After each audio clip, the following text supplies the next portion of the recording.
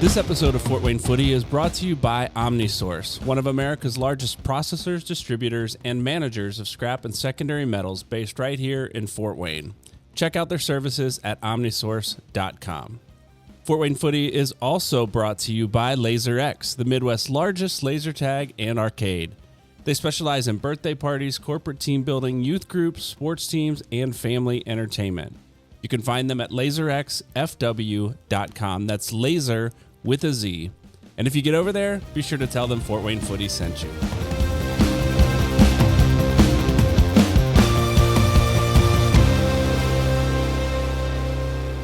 Hey, Fort Wayne, welcome back to another episode of Fort Wayne Footy. This is a special episode for a variety of reasons. Number one, because we are not actually live tonight as you're watching this or later in the week as you're listening.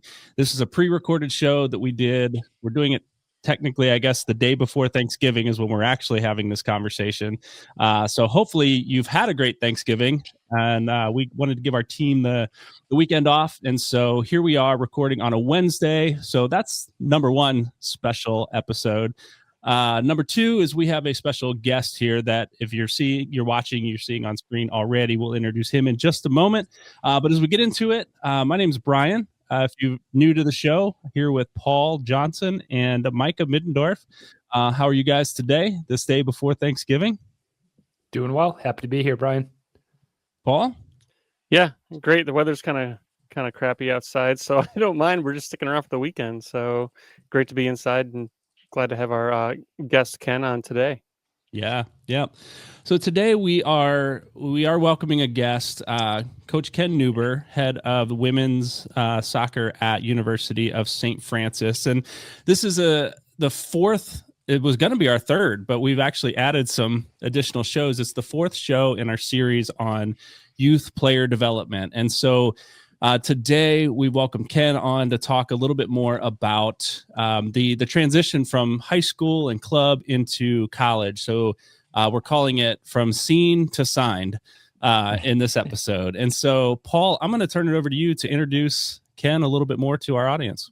Yeah, Ken Nuber. I know him a little bit over the past few years. He is the current coach, as you said, at the University of St. Francis women's team. But he's had quite a career. He's had previous positions at Notre Dame as a recruiter, assistant coach, junior Irish director of coaching. I even understand he started the women's program at St. Francis back in the 90s. So that's awesome.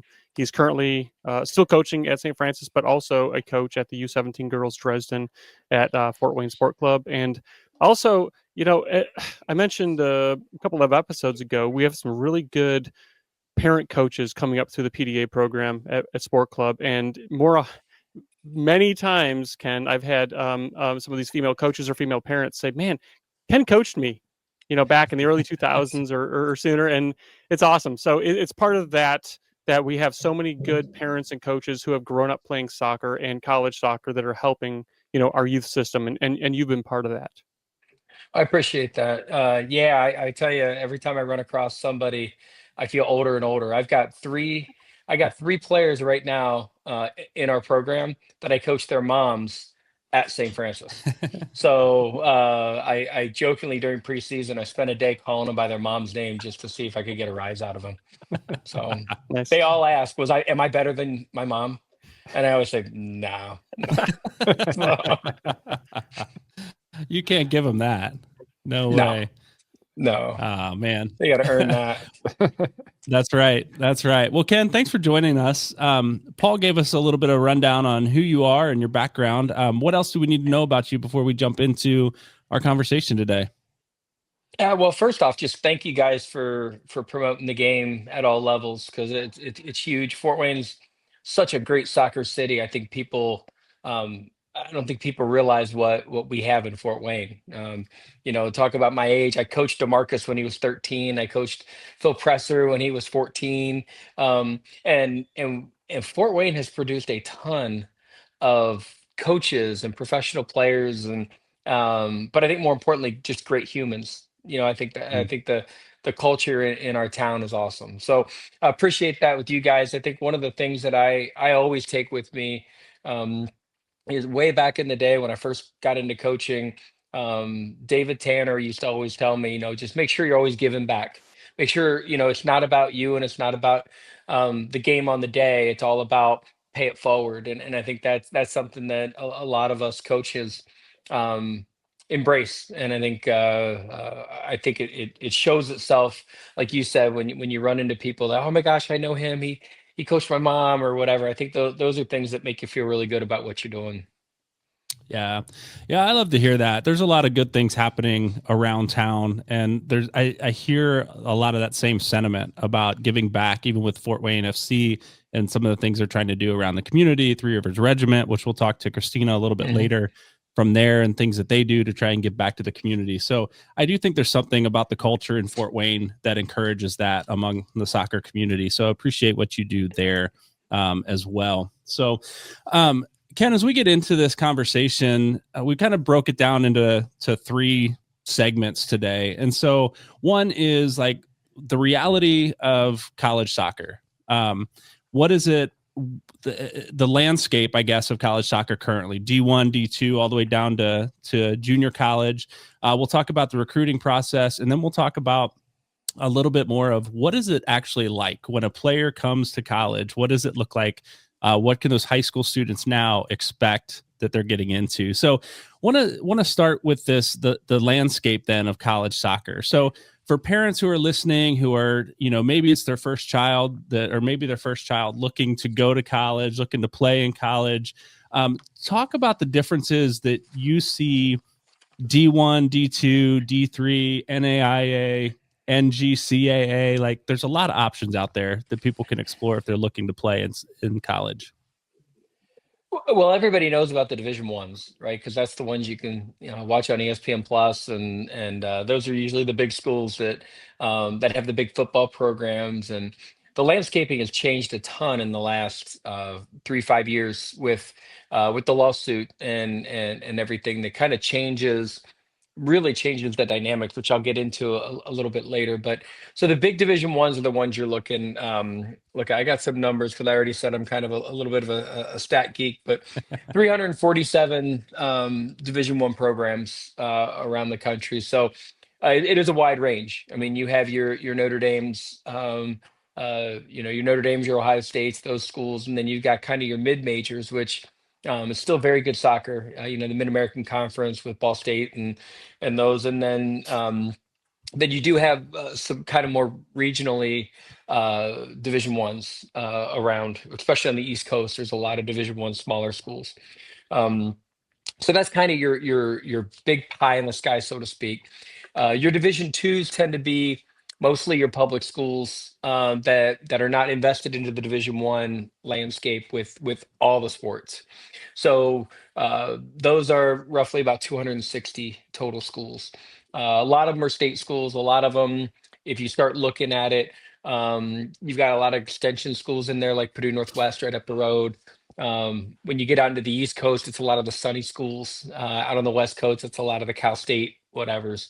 Um, and that's still quality soccer. Grand Valley State, right up the road, has been a national power for years on the women's side. Division three schools are typically your small private schools.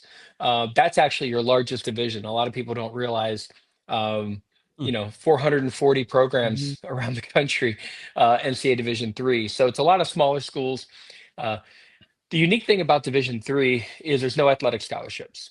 So everything you get is through academics. And there's also restrictions on what you can and can't do timing wise in season and out of season. It's pretty strict, but it's for a good purpose. It's to really keep the focus on the academic side of things. So while an NCAA Division One school has 20 hours a week, starting about the first week of March through the end of the semester, Division Three only has, I think it's 14 days total that they can actually do things. Wow. Which, to be honest, there's a lot of people that want that, just because of the demand that college athletes go through. So NAI schools, I always love to say we're kind of have the best of both worlds with the NCAA. We fit right in with Division Two and Division Three. So we're a lot of us are small private, typically Christian, religiously affiliated schools a lot like Division three, but we have the scholarship money, and in a lot of ways the facilities of Division two. So that's kind of where we fit, between the academic and athletic side is really close into Division two, um, Yeah. into that pigeonhole. And then you have junior colleges, which, um, with 180 schools, they've got them in different divisions, um, but those are all 2-year schools. So, Oh. and it's becoming more and more popular on the soccer side to find kids through the junior college ranks. Mhm. For the longest time, baseball really had the corner of the market on what they're called JUCOs, but junior colleges. A lot of baseball players would come and go to the junior college ranks first, establish themselves there, and then get to Division two, Division one, and NAI. We've got a handful at our school, um, and basketball's the same way. You read about it all the time. Football's the same way, and it's really starting to, because of the landscape, it's starting to really bleed into the junior colleges. So I think more coaches are starting to look at the junior college ranks for Now, soccer. Ken, the Division one, two, and three, those are all under the NCAA umbrella, right? And then Yeah, NAIA and the JUCOs are separate, right? So part of the thing some of these people play coming in is eligibility, right? So hmm maybe especially internationals. I know the JUCO is pretty big in on the men's side because you can get in there and work your way up. So there's a whole other level of rules that you can kind of use to your advantage, right, when it comes to the NAIA and the JUCOs when if you're trying to get into the NCAA ranks. Yeah, so, a lot of times, and it's still a little bit like this, but if you rewind about 10, 15 years ago, it was much easier for an international player to get through NAI eligibility because we didn't really have a robust, clearinghouse. Meaning, Mhm. if I were to go get a junior college kid, I would take care of all their paperwork. I would take care of their amateurism stuff, and then I'd send it off, and the national office would either approve it or send it back to me. Whereas the NCA has the NCA Clearinghouse, which does their own investigative work. They've got lawyers and they've got all kinds of offices to it. The NAI has gotten a little bit, more structured because we have an eligibility center now called Play NAI. Um, but we also do have different rules for internationals. And the NCA is starting to adopt them a little bit, meaning, Mhm. 10 years ago, if you played professionally overseas, you had no eligibility anymore. Now, what they do is they figure out, okay, you played X over in the second division or third division in Europe, and you were paid for this year. That's a season of competition. Or depending on that level, maybe it's two. So Mm. now you're starting to see people, and you can even see it trickling into the division ones, is you're Yeah. starting to see those seasons of competition now. It's not ruled out completely. So we did have that, I kind of jokingly call it the dark ages, where you get somebody that played 4 or 5 years in Mexico professionally, made a living, and then would come over here, spend 2 years at, an NAI school, not far from here, and then go play Division One for 2 years, and it just was hard to track. Now, obviously, with the internet, the World Wide Web has changed a lot of things. So you can track and Google players left and right. So, the eligibility thing is something. Now, with the junior colleges, I'm not sure how eligibility works there. The Division three, NCAA Division three doesn't have a clearinghouse anymore either. Mm. So that's all still Really? that they kind of put that back to the institutions. So that's just D1, D2 has the clearinghouse, but D3 does not. Mm. No. Yeah. Interesting. Did Yeah. not know that. So it's important, I think, for people to know, parents and players to know, looking ahead as they, look at the landscape of college soccer. Like, what are the academic requirements and eligibility requirements for someone that's maybe at St. Francis or an NAIA school that maybe you're most familiar with? The NEI, requirements, if you've got a 2.3 GPA, kind of in your core 40, so to speak, Mhm. um, you're eligible. If you don't have a 2.3, which, all women's soccer recruits have to have, they're typically 3.5s and 4.0s. But if you're below a 2.3, you have to have a 2.0, or a 2.0 and either, 17, no, it's 18 ACT or a 970 SAT, or be in your top Mhm. half. But if you've got a 2.0, you're not going to be in the top half. So you kind of have to hit those standardized testing. The NEI the NCAA and NAI both went away from the testing. But when once COVID was over, the NAI decided to kind of create that loophole because NCAA is 2.3. NAI just was trying to create that loophole of the 2.3 to 2.0s. Mhm. Now, obviously, the big thing, and it doesn't affect women's soccer very often. It unfortunately it does hit other sports, but a lot of people in their mind think, "Oh, shoot, I hit a 2.3, so I'm in." You got to get into the school first. That's the important thing. You got to get into the school first to be eligible to play. There's schools out there. There's a lot of schools out there that'll take a chance on kids that are going to be ineligible their first year. And it's kind of one of those trying to help and save people, especially on the basketball and football side. You'll see that a lot. Um, I know our football team takes a chance on. They kind of unofficially have like X number of kids that they'll take a chance on based on interviews and character and stuff that they'll bring on that aren't going to be eligible their first year, but they feel the environment we have at St. Francis can really help them grow. Yeah. I think that's important for people to know too, is the academic side of things, that we all want to play. We all want to get there. We all want to perform on the field, but we hear our high school coaches, we hear our club coaches, we hear all of our coaches talking about you're a student first, get your grades up. And so to hear it from the other side, from the college coach saying your grades are important, you need them to even get into the school or you can't even play here. So I appreciate you sharing that. The academic side, sorry to cut you up. Yeah, The go ahead. academic side, there's multiple layers to it. When I was at Notre Dame, we had a young lady who was going to be more of like a walk-on player for us, but she really wanted to come to Notre Dame. We couldn't get her in. She's a really good student, but we just couldn't get her in because of the standards and the level of our incoming class.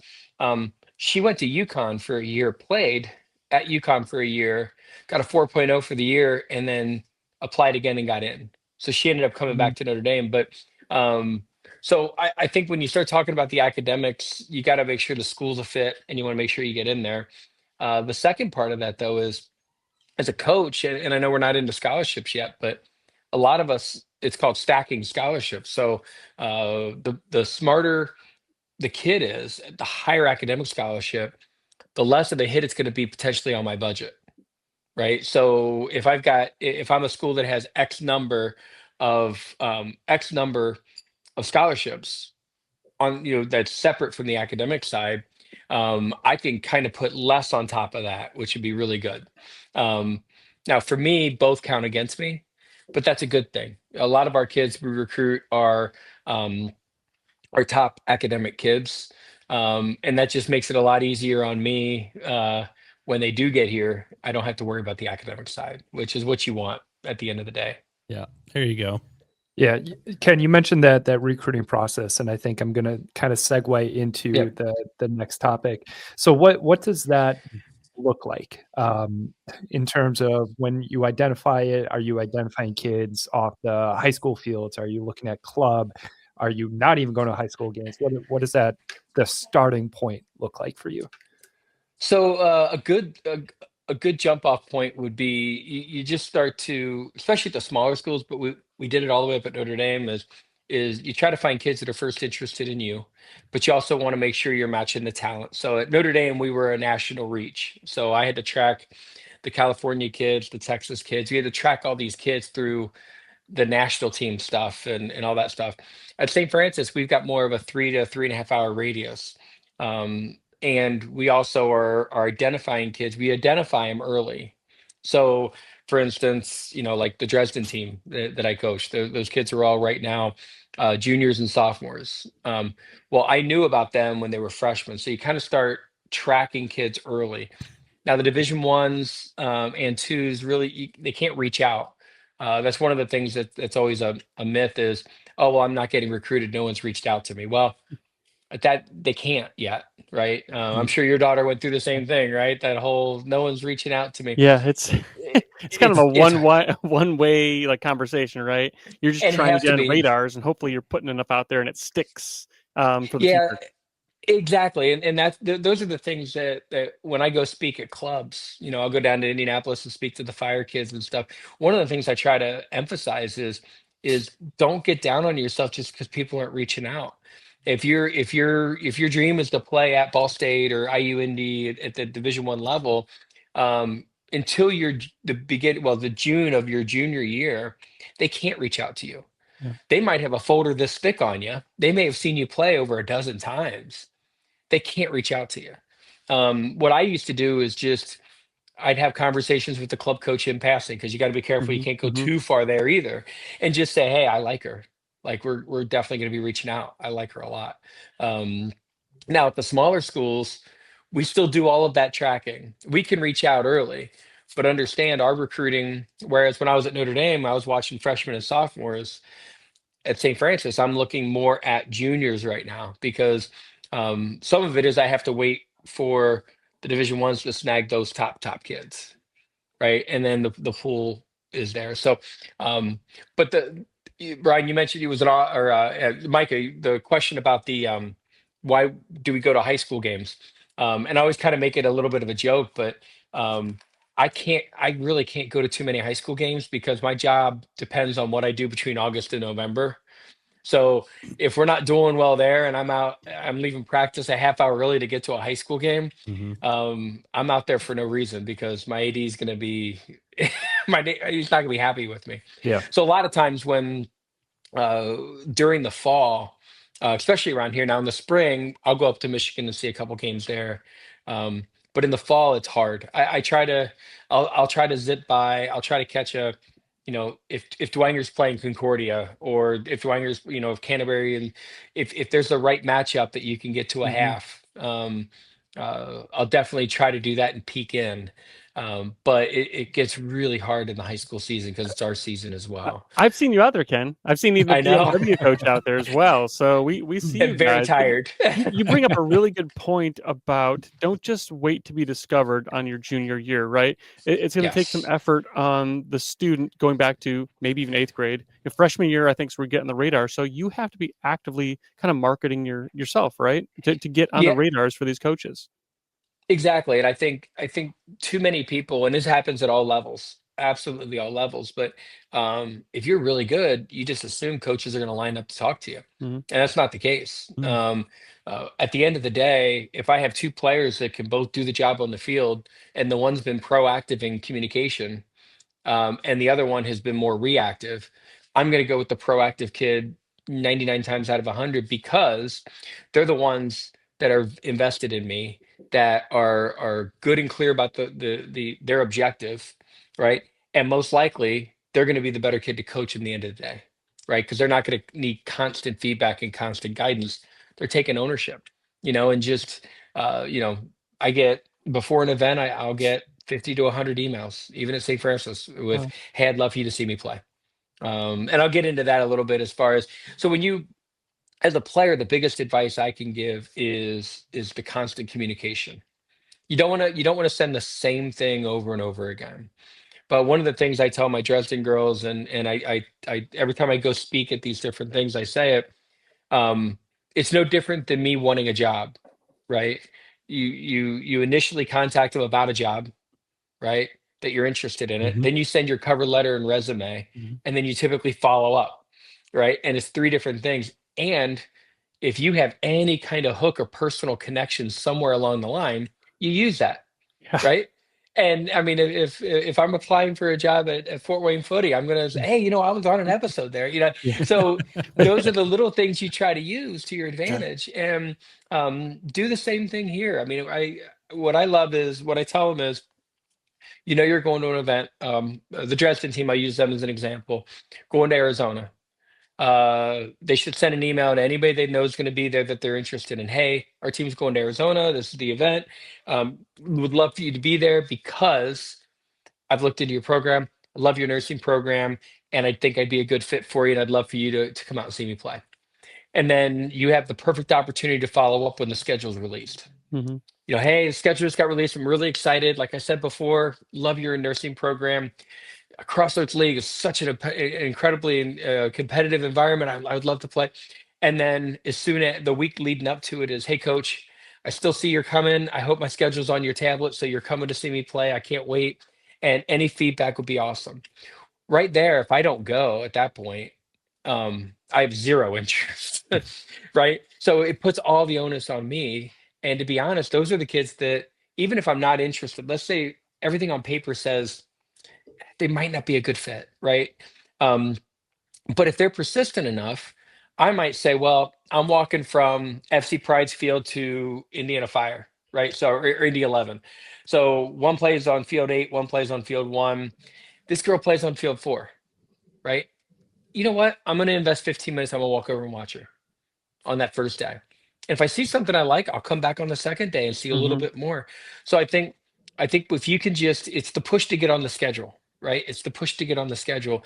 Um, like I said, I always use it as a job, and kids roll their eyes at me, but they don't understand when you really want something. Just make sure you don't want to send them information just for the sake of it. But in just one event, you have 4 opportunities, because you can turn around and email again on Tuesday saying, "Hey, I really hope you had a chance to go see me play. Would love some feedback. If we could set up some sort of call, I can call you if it's one of those times." Um, but you can hook it right back to it. And then in that 4th email, you can say, "And by the way, I'm going to be at Crossroads in April. I'm not sure if you're planning on being there, but would love to see you there." Um, a lot of times what coaches will do is turn around and email you, at the very least, an ID camp information. Yeah. And that can be valuable as well. That's so good, man. Like I'm going to play this for my son, who's looking at going to schools, and just to hear from a college coach say, this is what you should be doing. Right. But I do think that's really valuable information to know, like, you're not bothering a coach, but you're not even on the radar unless you're doing this. Right.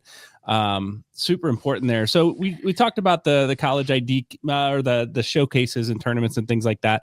What role do, like, I know some schools have, and I think you guys do as well, have an ID camp or a camp where you invite players in that you're looking at? Those are students that are or players that are already on your radar that you've talked to, I assume, or is that just it's an open invitation at these ID camps for players to come in and show you what they've got?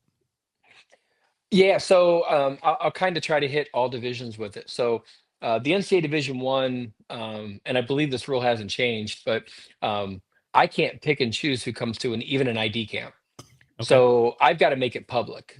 So when we used to have camps that were specific for our top kids, what I would do is let them know that the link's coming out for ID camp, and if you're interested in coming, please come and register early. But we've got to make it public. And then what a lot of Division Ones will do is they'll put it on the website, right, on a piece of their website, email the link out, and then the next day the article goes up about it, right? So you kind of skirt the rule a little bit by getting the email out, but as long as it's posted before you send it to people, you can do that. I mean, it's the game people kind of play. And those are the institutional ID camps. So when I was at Notre Dame, we used to have 3 big residential camps, 350 kids each week. Um, each time, one of my jobs was to try to get kind of a top end core of 8 to 10 at each one of those camps, knowing we were going to still have a high quality group at the top end. So we didn't have individual ID camps. Those have kind of gone away. The bigger residential camps, they've gone more to the IDs. Yeah. To me, if you're interested, you can pick a school. If you're interested in Butler University, go to their ID camp, because you're going to be on their campus. You're going to meet their coaches. You're going to do all of that great stuff. One big question to ask, and John Maravich up at Valpo University does this all the time. Chris Johnson, when he was at IU Indy, did it. He would have their school ID camp, and then he would invite a bunch of us smaller school coaches, not to come work it, just to come hang out and watch and recruit. And it's because out of the 40 kids or 45 kids that go to the IU Indy camp, maybe 2 end up getting an offer, maybe 3 of them get an offer. So having us other coaches around helps the kids more than anything else. So number 1, go to the actual school ID camps, and then 2, don't hesitate to ask if other coaches from other colleges are going to be there, because I think that's a good way to kind of show you're not just invested in, it's either Butler or bust, right? I'm open to I want to play in college. Those are some great points. I've been to a lot of ID camps over the last 3 years with my daughter. They were all D1, but they're not all created equally. And Nope. kind of a negative stigma that these ID camps get is they're a money grab, and they are expensive. I've seen them as low as maybe $150 for a half day to well over $300.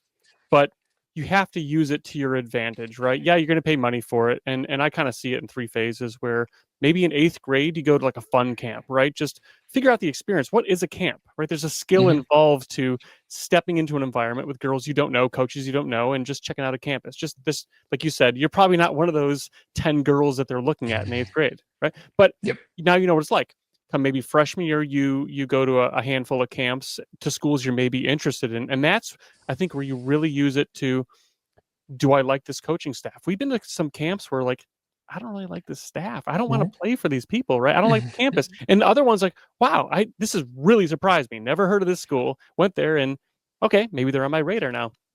And then come sophomore year, going into your junior years where you're really selective. Like I know I'm on their radar and I'm going to use this camp as more of my recruiting process where I really want to interact with them. Oftentimes they have current players, current recruits there. You can talk with them, learn about the culture and stuff like that. So I think there's several phases to how you can really use the ID camps to your advantage.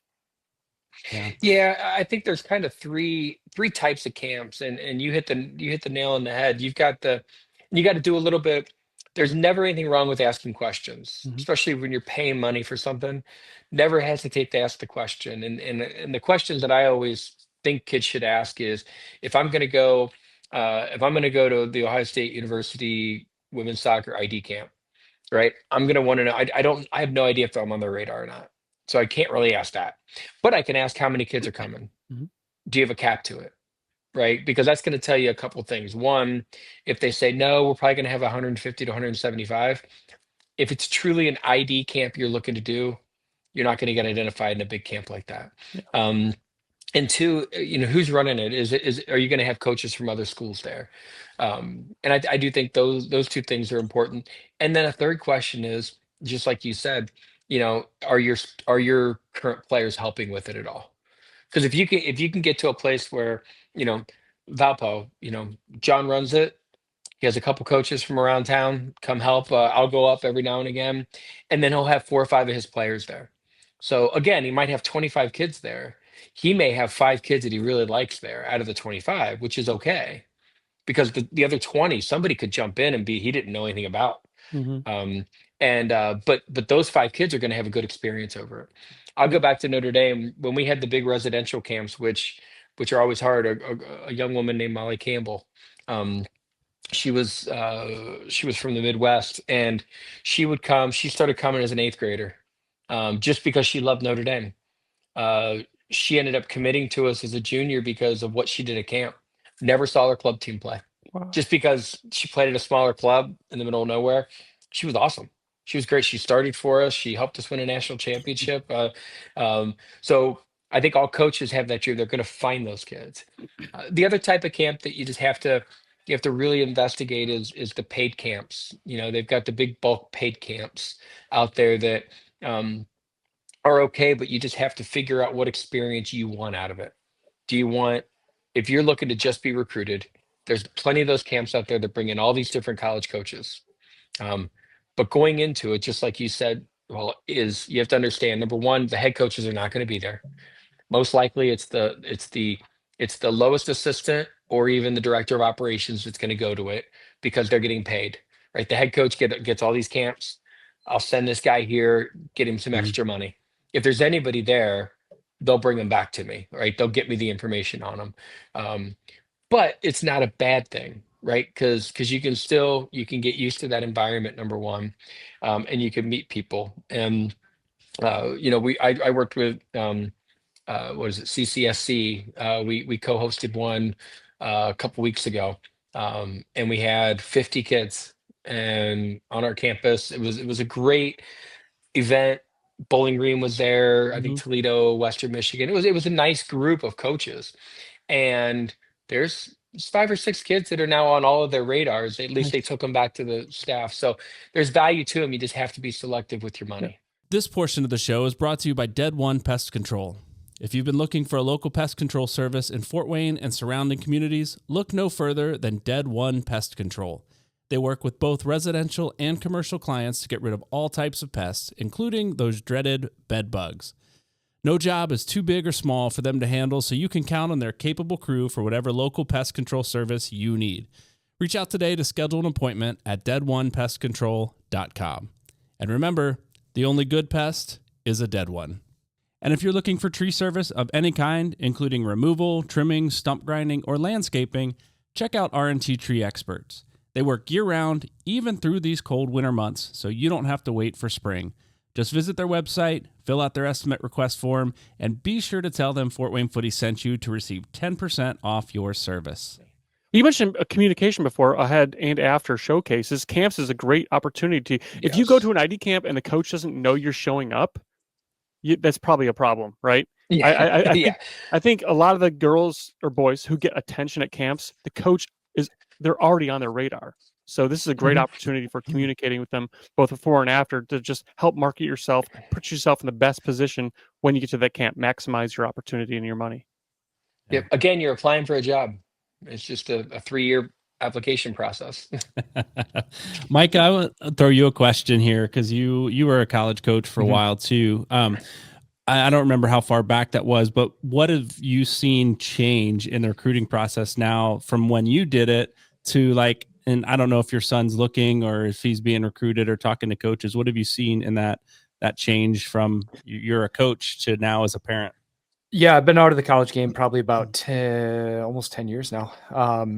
So I think just in that 10 years, things have changed quite a bit, where when I first was coming up, there wasn't a lot of these showcase tournaments. And then as kind of time progressed, like showcases were popping up all over the place.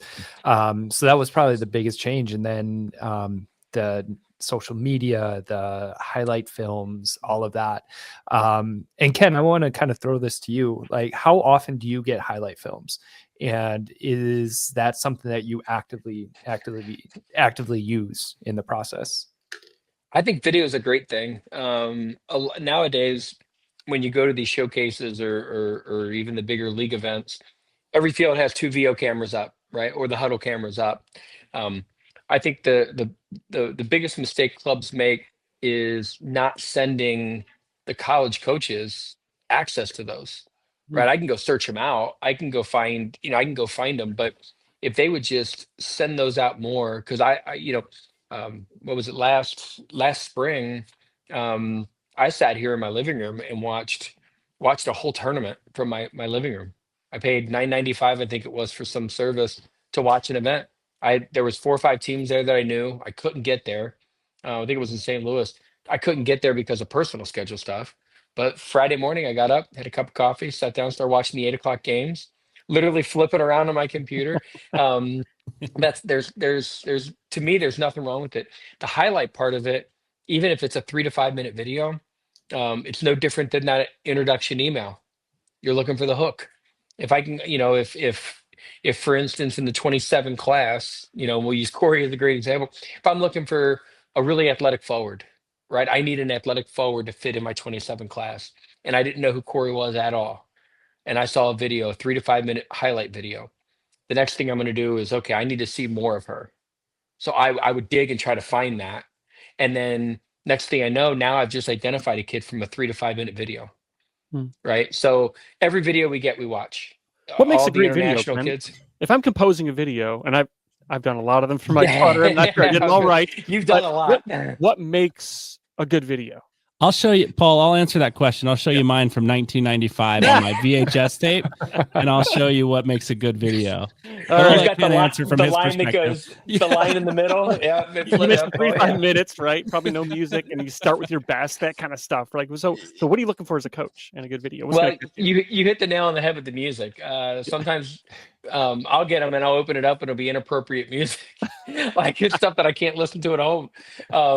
But no, usually what I love is just a 20-second introduction. Doesn't have to be me saying, hi, my name is, just something that says who I am, what number I am, what color jersey I'm wearing, and all of the highlights. Okay. And then if you're a forward, don't just show you shooting. You know, the bigger shots of the runs that you make to get in.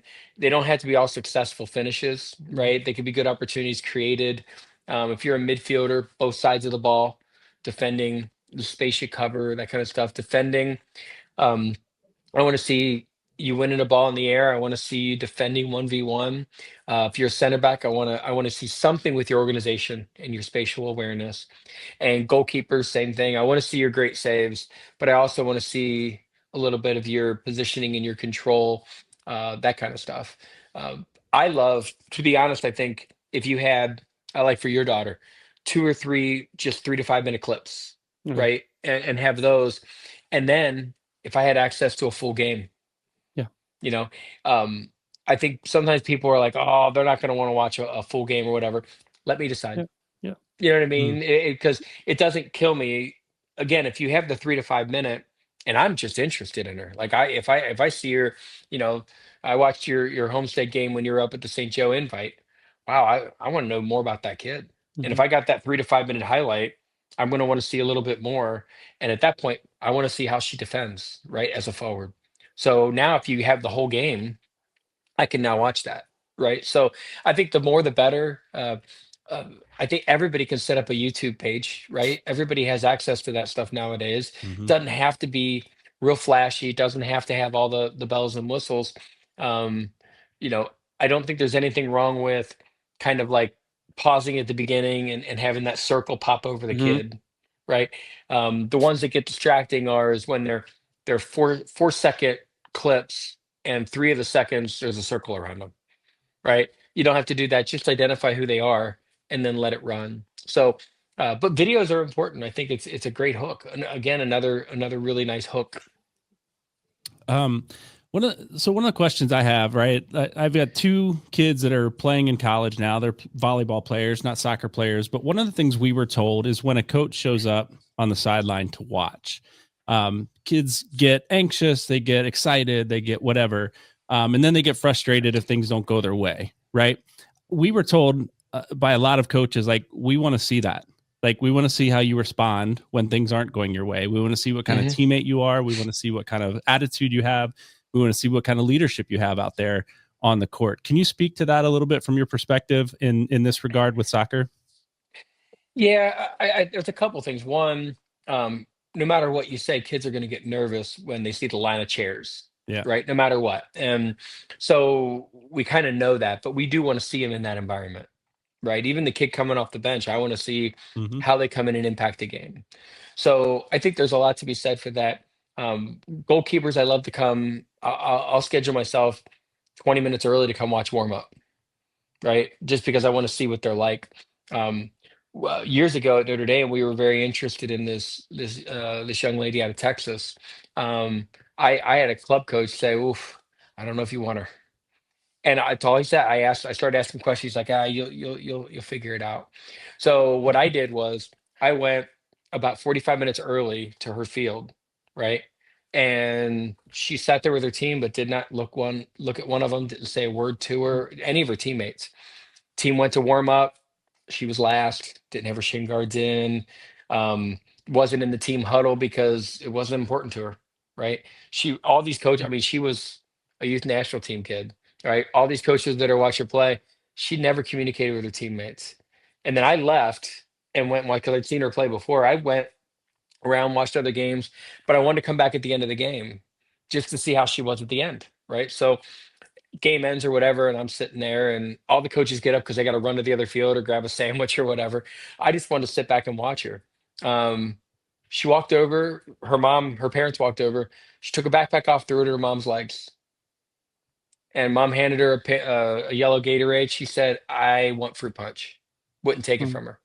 Scratched her right off the list because Mm. you Character. wouldn't want Character. anybody like Yeah. that, right? You and the kicker is she knows people are watching. Can you Mm. imagine what she's like when nobody's watching?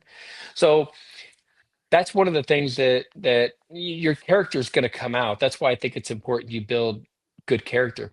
All of us want good kids in our program. We all want Mm-hmm. good character kids that are going to be kids that are going to make it enjoyable to be around. They're going to build teammates up. And like you said, you want to see them when they're down. You also want to see how they react to their teammates being down. I Yeah. mean, if you're the midfielder, you're watching the midfielder and she's working her butt off, and the forward has now missed 3 shots wide. How is she reacting to that forward? Is she giving her a hug on the way over? Is she, you know, hey, don't worry about it, or is she getting on her really bad, right? And again, you don't know all the personal dynamics, but you want to be in an environment where you need to have it match yours. There are college programs out there that would rather have that midfielder walk up and smack the girl in the back of the head because that's the environment they have, right? That grit Mhm. environment. I would much rather have that midfielder want to give her a hug at halftime and say, "Hey, you're going to finish the next one," right? Because that's the environment we kind of have created. And going back to your point, Paul, that's where you have to go look, right? You have to go look at the programs and figure out what culture. There's not a right and a Yeah. wrong culture, right? There's, you know, again, going back to my Notre Dame days, UNC, when we were at the same hotel with them at the Final Four, they didn't have team meals and everything. Those girls ate on their own. Hmm. They didn't have to. They'd come out to warm up for a game. None of them were in the same stuff because to Anson, that stuff wasn't important. It was more Mm. about the game. Where on our side, we were eating at 10:30, and everybody was there in this sweatsuit, in this shirt, in this whatever, and your travel shoes, but it was just different environments. Obviously, UNC very successul in their Yeah. environment, but those are the things the players have to dig in and find out. Yeah, when we mentioned June 15th earlier, when going into your junior year where you can start talking to coaches, and these are great probing questions about, especially when you're talking to them, but also if they invite you on a college Mhm. visit, an official visit. What is the culture like? Do I like the coach? Do I like the staff? Do I like the players there and the culture they're creating? Because Mm. that's going to be a whole big part of your world in college. And is this something I want to be a part of and can contribute to? Yeah, and I think, and it's funny because one of the things that I always and we live it at St. Francis, and we did the same thing at Notre Dame. Um, when a kid comes on campus, I make sure that they have at least an hour somewhere along, whether it be on the tour, whether it be lunch, something to where they are just with players, Mhm. no coaches, nobody of really any authority, because I want them to be able to ask the right questions. There's a couple things to that. One is it's a huge red flag if your kid goes on a visit and spends the day, and even if you're as a parent there, and they never have time alone with other kids on the team, because that means there's a trust factor somewhere, right? Um, Usually that means that, number one. Number two, I mean, I trust my girls, and I know that they trust what we want and what we're all about. Kids can't fake it when they're alone, right? So if I've got 3 kids giving your daughter a tour and they really don't want to be there, you're gonna get a crappy tour and you're gonna know it, right? You're gonna feel that. Um, but when the kids on campus and they get time alone with the players, they can ask those questions like, "Hey, what is a typical game day? How is the halftime with coach?" Right? Um, how is he when he's on a good day, and how is he on a bad day? Mhm. Right? Those are questions that, while seem like, wow, okay, those are kind of deep questions a little bit. The reaction those players are going to give you is going to tell you a ton. Oh gosh, on a bad day, you just look at your shoes, right? Well, you want to dig into that a little bit, right? You want to see where that leads you. So, I think that's a big thing, is getting players alone with the recruits. So, because I've had players come back to me and say, "Well, she asked about the partying and how much that could, whatever." And my players will say, "I don't think she's a good fit." Mm. I've had players come Mm. back to me, and I think that's the flip side. On my side is, um, I pick different players for different recruits, and I try to match them up, where I have at least one that has a similar personality, or at least what I think is a similar personality, and then maybe an opposite, just to see what kind of feedback I get. Mm. We had a kid on campus 2 years ago that I had a kid come back and go, "She's not a fit." I'm like, "Okay, tell me why." She's like, "Well, she had her head in her phone the whole time, from building to building. She was on her phone, never talking to anybody, almost as if she's too good to talk to us." It's like, Hmm. okay, that's great information for a coach to have, right? Mhm. So Yeah. No, that's good. Our time's getting short here, but I'd want to transition us to this last segment about that Paul kind of already hinted at here is say a player makes a commitment, right? They show up on campus, they're one of your new players. What do they what should they expect stepping into a college environment versus what they've experienced at club and high school and anywhere else that they may have played in an academy or something? I'll say this, and I'll kind of start on the men's side a little bit. Everybody in college is bigger, stronger, faster. No matter what level you go to, no matter what team you go to, if you believe you're a Division I player and you decide to go to an NAI school, those guys are going to be bigger, stronger, faster, most likely because they're 18 to 22-year-olds. They're not 16 to 18-year-olds. And that's a huge difference in maturity, physical maturity. A lot of times on the guys' side, players don't make an impact until their sophomore year or junior year, right? On the women's side, you'll get some freshmen that make impact, but a year in the weight room is so critical, right? I mean, the NAI schools and D2 and even the D3s or and Division Ones, the freshmen coming in, you hope that they impact us, right? You hope that they make the initial impact. But at the end of the day, you're looking more at sophomore, junior, senior year when they can get in and do all that stuff. One thing they can control is their fitness. I think every high school senior going into their freshman year, it's the hardest summer, right? Because graduation parties and hanging out with friends for the last time, um, all of that stuff. But if you can come in, fit players play as freshmen, because that's the one thing you don't have to worry about, right? If they're fit. That's I think the biggest difference is the fitness level you need to have going into a college season. The second thing to expect is understanding how long of a season it is, right? I always use the example is the high school state championship game, right? So if Homestead made it to the state championship game, I know, I'm sorry, too soon. Too soon. If you made it to Either the state team. championship. Either team. Yeah, Both. exactly. Make it to the state championship game. That's when the colleges are starting their conference tournaments. So the season is August to mid-November. A lot happens within that, right? Both with soccer and in the academic realm, right? They're going to classes. It's a whole different schedule, meeting new people. The length of that is something that's really hard for freshmen to really get a grip on. So I think that's the second thing. And the third thing, I saw you had it in your notes there. The speed of play is so different, right? In high school, Corey, for example, as a freshman, she's as athletic as anybody, right? As a 15-year-old, she's as athletic as an 18-year-old. 18-year-olds are not as athletic as a 22-year-old. That's usually a big difference. And the speed of the game at all levels, you're kind of running next to a merry-go-round and trying to jump on. And I think the patience they have as freshmen is critical. Just being patient with understanding that's going to come. As long as you're fit, strong, and working hard, the speed of the game is going to come. But the one thing, I'm sorry, one quick thing, because I know we got to get going, but one of the things I always harp on, especially around Fort Wayne, is a lot of kids want to play in college, right? A lot of these kids want to play in college, want to play in college. The first question I turn around and ask them, how many college games have you gone to? Oh, none. Do you know that there's 16 programs? Like all of our kids play at Grand Park all the time. It's a 2.5 hour drive, right? So if you just took a 2.5 hour drive, there are 16 Division I women's soccer programs in a 2.5 hour drive here.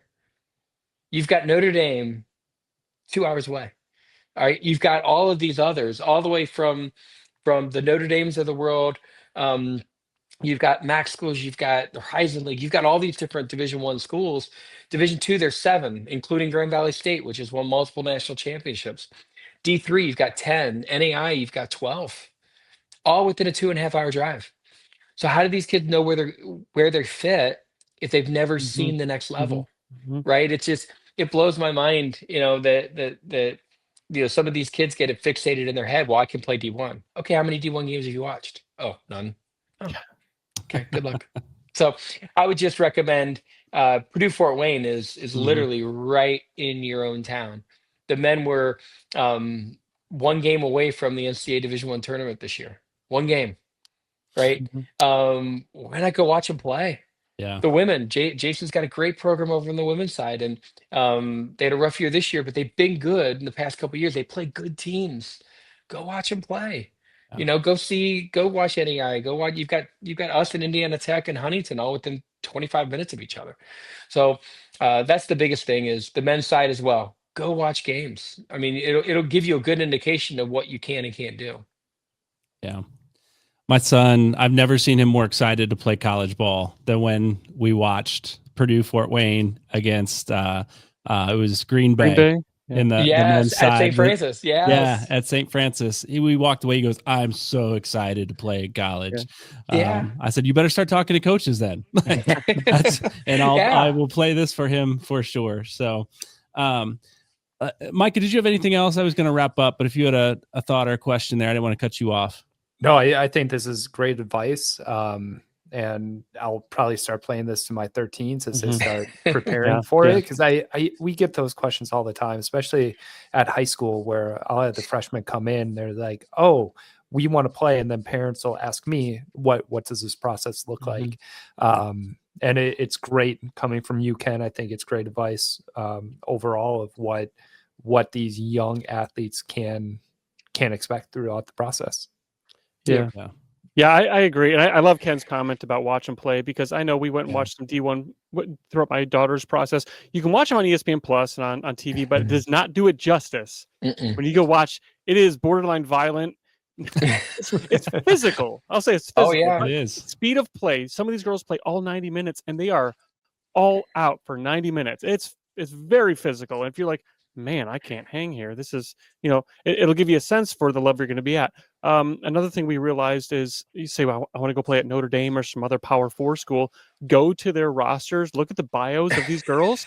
Yeah. Half of them have played for the U.S. national team, all state, all region, whatever. It's like, this isn't really, the resume I can do. So find the right school that you think might be the right fit for you, both by watching and looking online. So there's so much to this topic. I haven't gone through it recently. There's just so many little aspects and facets to it that we haven't touched on today, but it's a great topic.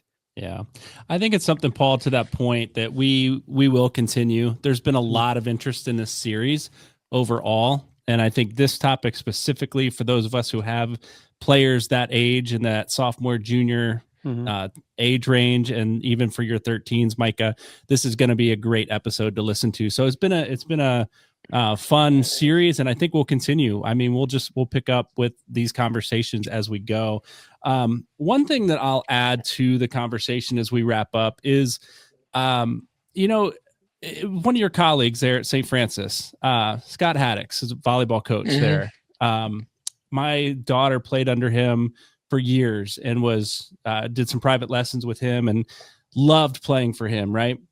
And so we came on a visit to St. Francis and he gave us the advice. He said, I want you to play here. Like, number one, I've been coaching you up since you were young, right? Like, I just saw what you had and I would love for you to come here, but I want you to come here because you want to be at the school, not because you want to play for me as a coach. Yes. So you talk about getting to know the coaching staff and the players and things, but understanding that you're going to be on a school campus for 4 years or 5 years or maybe 3 years, whatever it is, you've got to love where you're at too, not just the environment on the athletic field. And so that's one thing that we looked at when my son was looking at schools too. Like, where do you see yourself? Can you see yourself walking this campus? Do you like the feel? Like, what is it about the school that you really love? And do they have the program that you have? Not just because you like a coach or a player that plays there, right? So I thought that was great advice from Coach Haddix. And I just offer that up to anybody too. You're a student first, even if you are an athlete on that campus. That's something to pay attention to. One thing I'll add to that, I love Scott to death. He's a great guy. One of the things I'll add to it is that's not a, like, if your daughter came and visited to play here at St. Francis and we walked around or whatever, and she couldn't see herself at the school, that's not something I would take personal, right? And I think sometimes people are so afraid of that. Like, if you say no to me, oh my gosh, I'm never going to talk to you again. Um, I think too often people are afraid that every bridge is going to get burned. right? Even in at the club level, right? When you change clubs, um, the air seems to be, oh well, he's too good for us now, or she's too good for us now. It's not that at all. It's just maybe a different environment is not necessarily going to be better or worse. It'll be different, and that's what they're looking for, is something different. Um, One of the things that I always tell people, and I do it at the club level over the years too, is if a kid says, you know what, I've made my decision, I think I'm going to go play for X school instead of St. Francis. I wish I always congratulate them on making the decision. This is the biggest decision they've made in their whole lives, right? Where they're going to go to college, that's their biggest decision. I was Congratulations for making the decision. And then I always say, if anything changes, please give me a call. But I'll be cheering you on from a distance. And I think the more we can get back to that, at the club level as well. I mean, it's amazing how the minute somebody switches clubs or decides not to play, parents think they're enemies. They're not. It's just something that it's part of life. It's something that happens. And I wish we wouldn't burn so many bridges, and I understand it's a hard conversation to have, is to, hey, I made my decision and I think I'm gonna, even if it's your rival, right? Even if it's your rival, you know, hey, I wish you the best. At least I get to see you play a couple times. Get to see you play 4 times, right? We can play Scouted you against you. now. Yeah, I know all about you. So, but I think that's a good, I think the more you can have those uncomfortable conversations, when you're ruling them out. I mean, I had a young lady sit in my office and say, I had a great visit. I just don't have the feeling. I can't see myself here. And it's like, okay, if anything changes, let me know. But if you don't feel it, maybe I don't feel it either, because, you know, maybe you're not a fit for us, or maybe a player's not a fit for us that really, really, really wants to come to the school. So it's just something that has to be that balance. And the more it can be a two-way street, I think the better. Yeah. Well, Ken, thanks for joining us today. This was a great conversation that, as we already talked about, I think a lot of people are going to get a lot of good information from this, and look to have you back at some point to talk Anytime. a little bit more about all the little things that we didn't get to today, as Paul alluded to. So thanks for We being can here. talk Chelsea whenever. I mean, I'm open to that. We'll never walk alone. I know. That's right. All right. Well, we'll get us out of here, and I'll bring on a segment that I'm recording soon after this with Christina Copeland from Three Rivers Regiment. They've got some things to share with you on this episode of Fort Wayne Footy. All right. As promised, we have Christina Copeland here from Three Rivers Regiment joining us again. You've been on the show once or twice now, once, maybe two. I can't remember. You're always in the chat. Yeah, that's true. Always in the chat. Providing a good commentary. That's right. And getting on our case when we say something wrong or Autumn's not there or whatever, it's fair. Hey, someone has to protect Autumn at all costs. No, absolutely agree with that. Well, welcome back to the show, Christina. Good to have you on. I saw something on social media recently about Three Rivers Regiment has an event coming up. And I would love for you to share a little bit about that in a moment. But first, there's a lot of people that are new to the show that maybe weren't here when you talked about Three Rivers Regiment at the beginning of last season. So give us a little bit of background on who Three Rivers Regiment is and your role with them. Yeah. One, obviously, thank you for having me on here to talk about this. So I am the vice president of Three Rivers Regiment. We are the supporters group for Fort Wayne soccer, but more specifically Fort Wayne Football Club. We have been the supporters group with them since the very beginning of the club's inception. So anybody who doesn't know what a supporters group in terms of soccer, if you go to a soccer game and you hear people banging on drums, playing instruments, chanting, cheering, flags, smoke, etc., that's the supporters group. That's us. And our main thing is, one, to bring community together for the soccer team and Fort Wayne soccer in general, but also to provide just that extra element of excitement to each of the games, get people more hyped up, more excited, more energy to each of the games. So. And you guys do a great job of that at Bishop Darcy Stadium.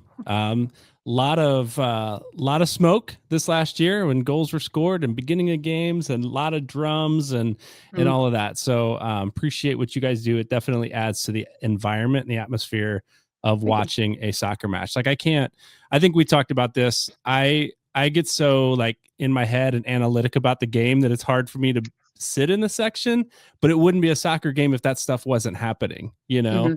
And so really appreciate what y'all do. You had a few traditions over the years with the regiment that you've done with former players or current players and all that stuff. Talk a little bit about that. Yeah, to your point, you said that, you could definitely tell a difference between when there is and there is not a supporters group at games. Those awkward, silent games, man, those can be really rough to watch sometimes. But one of the big traditions we specifically do at Three Rivers Regiment is every year we make a signature banner. It's not huge, but it's a good size, and we make a special design, paint it, handmade, just like all the things that we do, very grassroots, very self-funded. And we make a design, put it on there, and for every goal or every shutout that a goalkeeper has, they get to sign the banner. We're probably going to need a bigger banner now that the season's going to get a little bit longer, but we had, to your point about a lot of smoke this past season, we had a lot of signatures this past season on our banner. If you don't know what it looks like, you should look it up on our social media. It's actually pretty cool looking. Shout out to Brandon for putting that design together, and then we painted on there. But I would say that's one of the more fun things that we do every season. It's a really good way to connect with the guys on the team. This tradition, they really look forward to it. They score a goal, we yell them out after the game. Hey man, and he was like, oh, there was somebody, and I'm gonna regret saying this because I cannot remember the name. So forgive me. I know exactly what he looks like. Hopefully he's back next season and I can remember his name when I talk to him next. But he wrote his number, not his jersey number, the number of goals. So he was like, he'd sign his name and then 1 and sign his name 2, because he was like, I'm going to get the most goals this season. I already know it. So I'm going to sit there and I'm going to count them off every single time. So I would say that's the biggest tradition that we have with the team and with the guys that we find a lot of joy in. And I think they do too. Yeah, that's cool. So you're lifting up the fans, and you're also lifting up the players too. So it's a great relationship and connection where you're getting them both amped up, motivated during the game. We try. Yeah. Nice. We heard from, I think Coach Avery talked about it, and forgetting who else. I know a couple players that we had on last season talked about playing in our home stadium, right, at Bishop Darcy last year, and the environment that was versus when they would travel, and there would be no supporters group, or Fort Wayne traveled better than their home crowd did. And so you guys, definitely what you do is a huge support to the team, to the community, and so we really appreciate all of that. You got an event coming up though, for Three Rivers Regiment. Now, is this just for members? I know you have membership. You can talk about what that looks like, or is this open to the public for people to come and be a part of and find out a little bit more about the regiment? Yeah, so we have our big annual meeting, our membership meeting.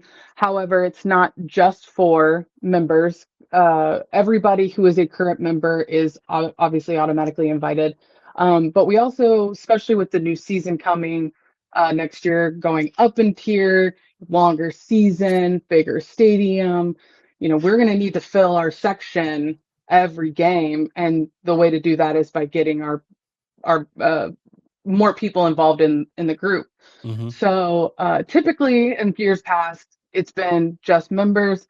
This year it is everybody who's a member. But if you're interested even in a little bit more information or meeting some people that are members, you are more than welcome to come out to this meeting. It's on December 8th at Electric Works at 5:30 p.m.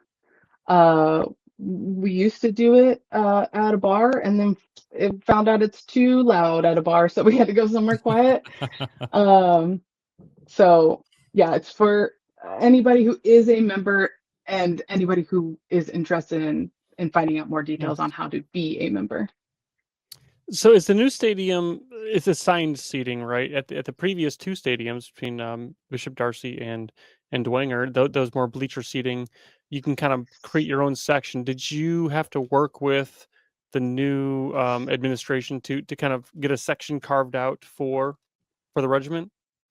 Yeah, I actually really appreciated the front office before Scott even came on, when there was the prospect of a stadium on the horizon.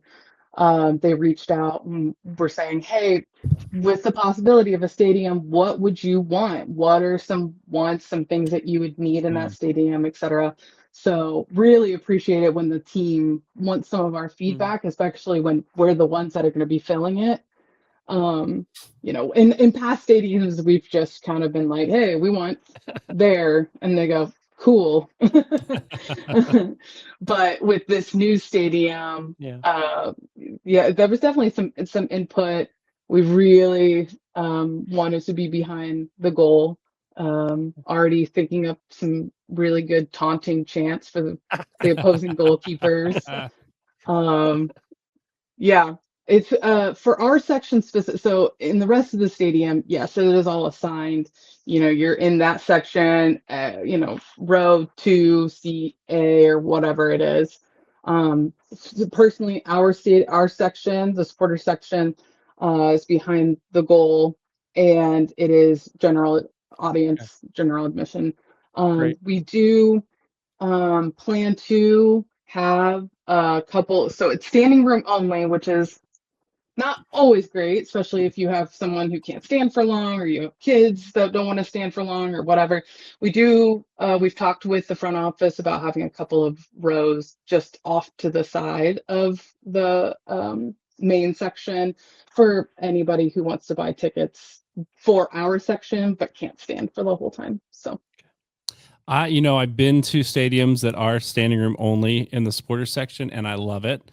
I didn't think I would, right? But when you're standing and chanting and cheering and taunting, all that, the whole game, nobody wants to sit down and do that. It's more fun when you're standing up, right?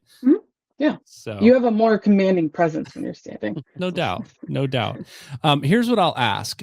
We interviewed Roman Celentano, Cincinnati's goalkeeper, on the other podcast that I do. And he talked about playing in different stadiums with the supporters groups were behind the goal, right? And one thing he said, like, he talked about different stadiums and their unique feel. And he said, when you go to New York Red Bull Stadium, he said it's so quiet that you can hear individual people like calling out and chanting and taunting you. And he goes, it's kind of funny because they're like looking up my sister's Instagram and like it gets really personal. He goes, it's really funny, but there's not a whole lot of energy there. So all I ask is, when we have this, like, I know you guys bring the energy. I don't want a goalkeeper coming to Fort Wayne and going, I can hear individual people talking and taunting me. Like, it's got to be the whole crowd. And I know that's what you're about, and that's what you guys do. So that'll be a lot of fun. Have you answered the standing room only question? How many seats will there be in that section? Do you know? I haven't looked at that lately. I bet you if I had the schematic in my hand, unfortunately I'm not at home, so yeah, sure. I don't know off the top of my head. And I think just in general, anything stadium related is one of those. The plan is XYZ, but you just never know sometimes with that kind of stuff. So unfortunately, no, I can't give you an answer on that one. Yeah. Well, either way, if you're interested in finding out more about the regiment, December 8th would be a good time to find out at Electric Works. Tell me the time again. 5:30 p.m. 5:30 p.m. on Monday, December 8th. Now, if people come to that meeting, what can they expect to learn, to hear about regiment? And then tell us a little bit then maybe what membership looks like. Yeah. So the meeting mainly is there's going to be talk about, obviously membership dues, the boring parts, working through right now the legal part of making our group legally recognized, just boring, mundane stuff like that. But you're a paying member, you deserve to know this information.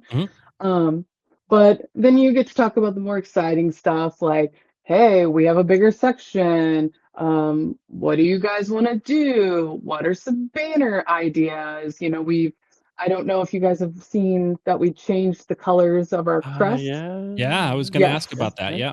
Yes, we changed the colors of our crest. So now we have a little antiqued banners, if you will, that have our older colors. So there's a big chance that we'll have new banners that need to be made. So looking for that feedback from our members on what that'll look like, talking to them about what fundraising ideas they might want. We do a lot of fundraising throughout the season, asking them what they would like to do. That's part of being a member, is you get to have a say in these things that we do as a group. So this is the main meeting where we get all of these ideas and everything so that we can formulate plans and actions for the months to come. That's awesome. I love you mentioned the rebrand, and I didn't know how much that would impact what you guys do. And I know in the past you've had blue smoke, right? Does autumn gold smoke exist? And have you researched it? Or is it going to be black smoke? Or black Why would smoke? I go autumn gold when there's black smoke? Okay. Come on, black smoke. Imagine you scored a goal and it's just black smoke. There's all right. Like, why would I go with gold? No, autumn gold. I'm so sorry. You're right. Good luck finding autumn gold smoke. I don't know. Has there been any talk of, I know you talk about banners and things with the group. Is there any talk with, maybe it's the stadium, maybe it's something they have to answer, like to doing the big tifos like you see in the big stadiums, or they cover the whole, like, is there that possibility? Like, is that on your radar? Like, I don't know about, if the team allows that or the stadium's going to be capable of it, but in your dream, is that something that Fort Wayne does? In my dreams, yes, of course. Wouldn't it be cool if you're driving down, if you're not going to the game, say for whatever weird reason you're not at the game, and you're driving down I-69 and you happen to just catch a glimpse of this just absolutely ginormous tifo as you're driving, like, that's pretty cool. Do I know that we definitely have the infrastructure for that and the budget? No, I do not. So speaking of budget, what are the dues if someone wants to join? The more people you get to join, right? The more budget you have to do stuff like that. So what do the dues look like this year for the regiment, or is that yet to be determined for 2026? So as of right now, we're still putting together, kind of trying to figure out, because all of our data for why we have dues at what they have been in the past, based off of a 3-month-long season, paint, smoke, banner material, flag material, all of that is based off of a 3-month period. So we're still working on getting together exactly how much the overall season will cost now that it's much longer, but also this meeting helps kind of determine what those dues will look like, because it gauges how much involvement, how much interest we have to help share that cost across multiple people. What about the tickets? The ticket price to be part of that? Is there a specific section that they would buy as a season ticket holder? Oh, we're the cheapest tickets you can get there. Okay. So you want to go to the game? You want to have a good time? Okay. Supporter section it is. Nice. Yeah. And is that the south goal? Which one I'm trying to remember in my head. Are you under the big scoreboard or opposite the big scoreboard? Opposite the big scoreboard, the north side. Scoreboard. North so side. Okay. That's my other thing. Like, who's going to see a tifo when you got that scoreboard shining in your face on 69? That was people's concern. If it's so big, how are you going to miss it? Yeah, I'm just messing. So, Well, yeah, we look forward to, if you're interested in, we look forward to what you're doing with the regiment, and we look forward to being in that new stadium with the regiment that's continuing to grow this year. And so for folks who are interested in coming to that meeting or interested in finding out more about the regiment, where should they go and who should they talk to? So we're on Facebook and Instagram mainly, social media platforms at Three Rivers Regiment. You also will see 3RR mentioned a lot, especially in the publication, the graphics and whatnot. It says 3RR, also Rivers Regiment, excuse me. They're interchangeable, same thing. So any social media, if you want to reach out in a comment, send a message, it comes to myself or another member of our leadership team. If you want to reach out to Three Rivers Regiment at gmail.com, we'll answer emails. You can talk to myself. Shane Linker, obviously, is my counterpart as president of Three Rivers Regiment, or Brandon Spice, who is our community outreach. Any one of us can help direct you in any direction or answer any of your questions. Fantastic. All right. So Monday, December 8th at 5:30 at Electric Works. Check out the regiment, Three Rivers Regiment's annual meeting. Find out more about who they are and how you can join and be part of not only painting, but raising a giant tifo sometime in this inaugural season. Christina, thanks for joining us. Man, it really pinned me in there, didn't you? I'm just hopeful. Well, thank you for having me. I appreciate it. Yeah, for sure.